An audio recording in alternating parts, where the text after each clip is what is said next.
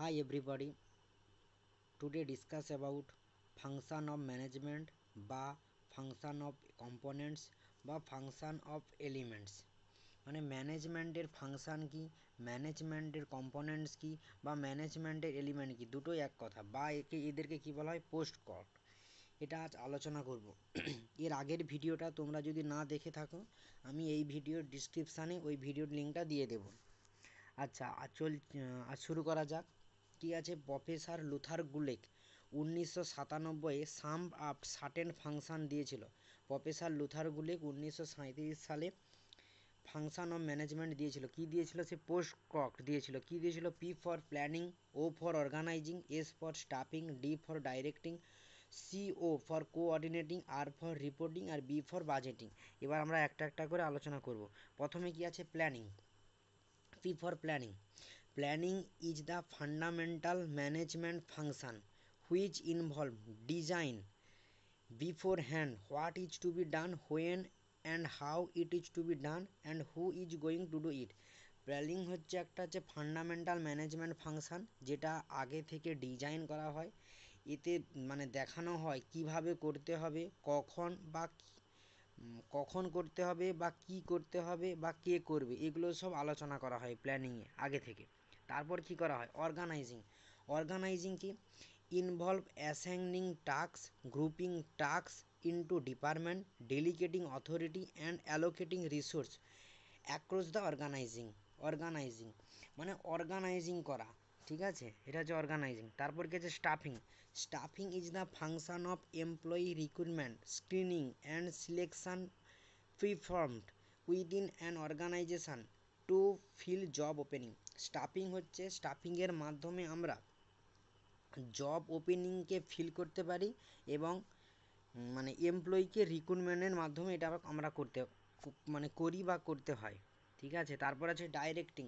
D for directing is said to be a process in which the manager instruct, guides and observe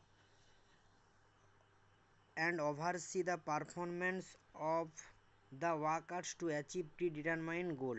আচ্ছা, directing কি? is said to be a process in which the manager instruct, guides and oversee the performance of the workers to achieve predetermined goals. Directing এর মাধ্যমে যে guide আছে মানে যে manager আছে ও guide করে কিভাবে মানে পারফরমেন্স করতে হবে এবং কিভাবে ওই গোলটা অ্যাচিভ করতে হবে ডাইরেক্টিংয়ের মাধ্যমে। আচ্ছা, তারপরে কি? তারপর আছে coordinating. Coordinating is the function of administration which ensure that different department and group work in sign. Coordinating is the function of administration which ensure the different department and groups work in signing. এটা হচ্ছে coordinating. তারপর কি? Reporting কি? The reporting to management is a process of providing information to various level of management so as to enable in judging the effectiveness of their responsibility center and become a base for taking corrective measure. Reporting মানে কি? Reporting to management is a process to providing information to various level of management.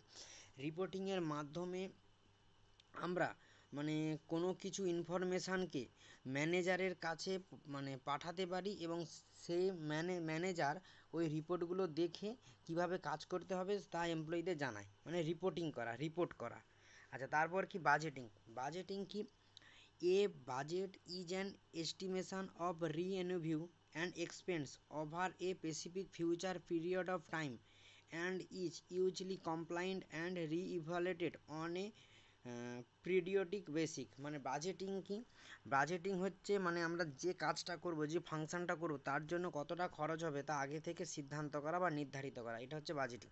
আচ্ছা, function ও ম্যানেজমেন্টের এই total 7টা point, যেটা আমি আলোচনা করলাম: planning, organising, staffing, directing, coordinating, reporting and budgeting.